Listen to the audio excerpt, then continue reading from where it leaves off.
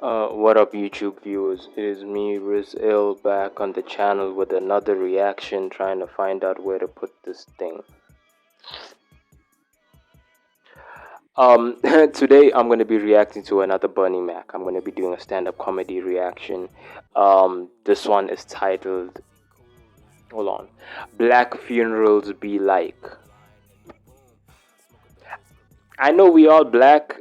No, not we all black. If there's any other people that are not black, this doesn't include you.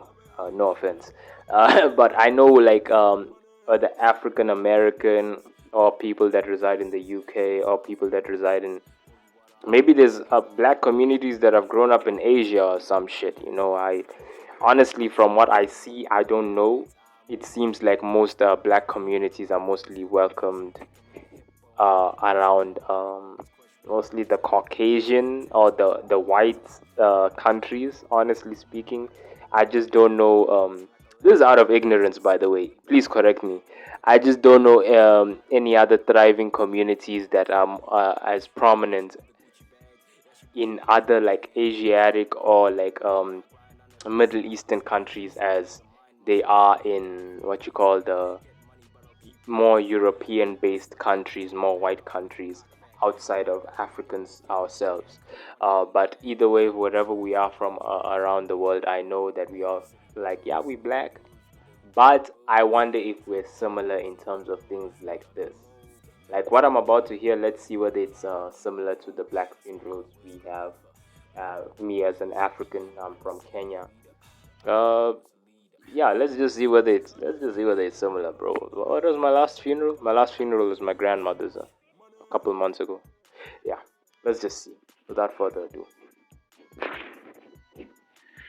And black folks always got some stupid shit to say when a motherfucker died. He died in his sleep. He ain't feel nothing. How the fuck you know what the fuck he felt? Like you done died in your sleep a couple of times. Stupid bitch.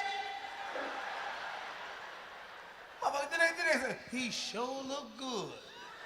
You's a motherfucking lie. And a dead son bitch that ever look good to me. Who the fuck you looking at? Then they say he don't look like himself. He ain't supposed to look like his goddamn self.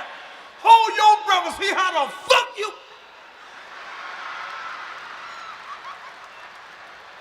Stupid son of a... I can't stand a dumb motherfucker, man. I swear I can't, man. Me and dumb people just don't get along, man. Black funeral full of shit. Then you gotta come there, man, sit in that son bitch, man. I swear for the Lord, when you be at the black funeral, don't look like that motherfucker be breathing sometimes. All you see is the head sticking out that coffin. And I swear sometimes you see some shit like this here. That motherfucker breathing, man.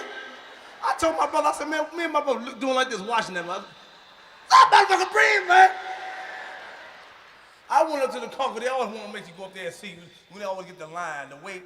Everybody got to walk up. There's always one motherfucker can't take it.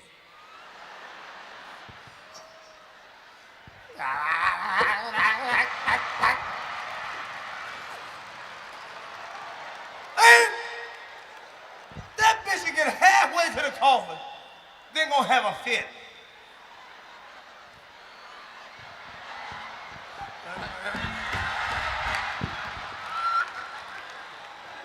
What the fuck you doing here? If you can't take it, sit your ass down. Man, this woman walked up to this coffin, man, 3 times. First time she walked out, she fell the fuck out. Everybody picked her big ass up, took her out. They revived that whole backstage. She came back up again, out of breath, fell the fuck out. They picked her up, revived her again. She came back the 3rd time. I met her halfway. I said, bitch,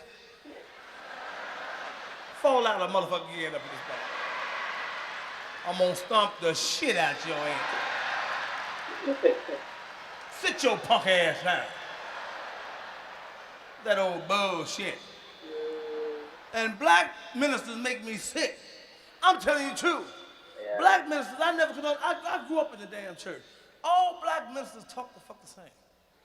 What like it's a school? What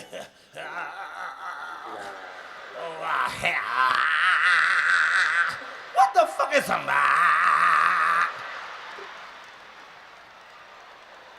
What the fuck is a lie?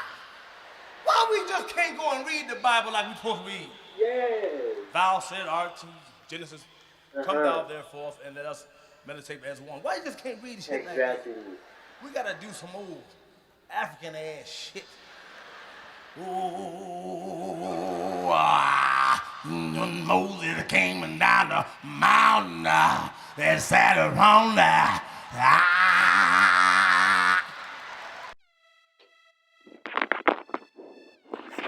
That's not African shit. I had to be. Come on, dude. That's not African shit. Even like the way he was saying, like all black ministers they do.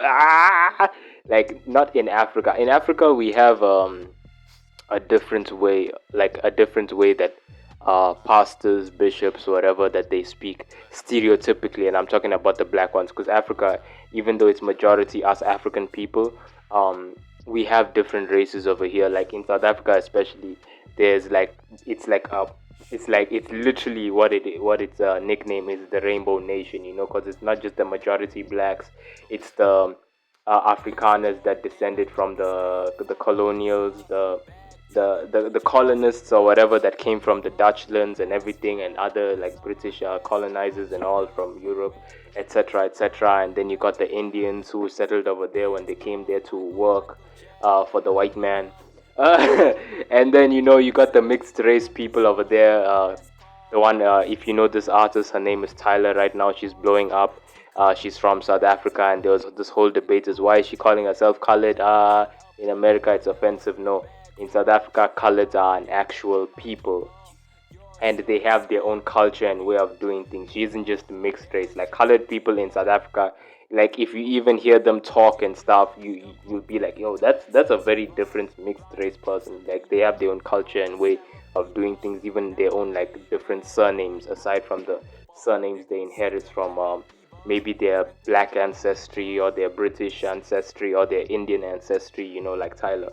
Um, but in terms of what you call the pastors themselves and everything, in terms of the black ones, not the other ones of the other races, them they have their own thing going on. It's a boiling pot. But in terms of black, there's a specific way that they do things that I don't know whether they don't know how to control themselves on the mic, but they really speak into the mic with this very aggressive. It's like when you're watching one of those Nigerian movies, those Nollywood movies, those Nigerian movies with the bad audio engineering. It's like they were holding the microphone down too much when they were what you call shooting the scene, and like every time like a Nigerian screams in one of those movies, it's like it's like right next to the mic. You can hear what's happening inside his throat. That's what African pastors do. That's except my dad. My dad was never like that. My dad was very westernized. Like my dad was from the village. He was from a very poverty-stricken background.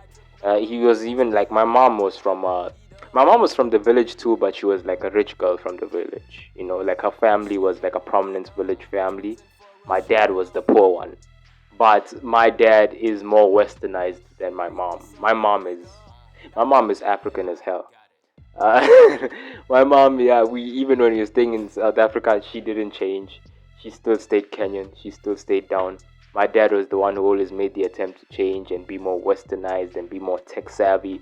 By the end of last time I saw him, this nigga was on TikTok. I was like, what the fuck is this nigga on TikTok? And now I see my mom is on TikTok, and I'm like, man, fuck this shit.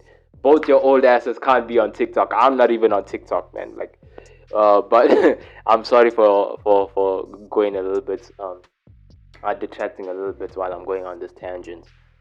But yeah, my father never did that. He was a pastor, but he never. My father, again, he was very Western, like influenced by Western culture. So he just used to maybe when he used to like speak with the spirits of the Lord, la la la la.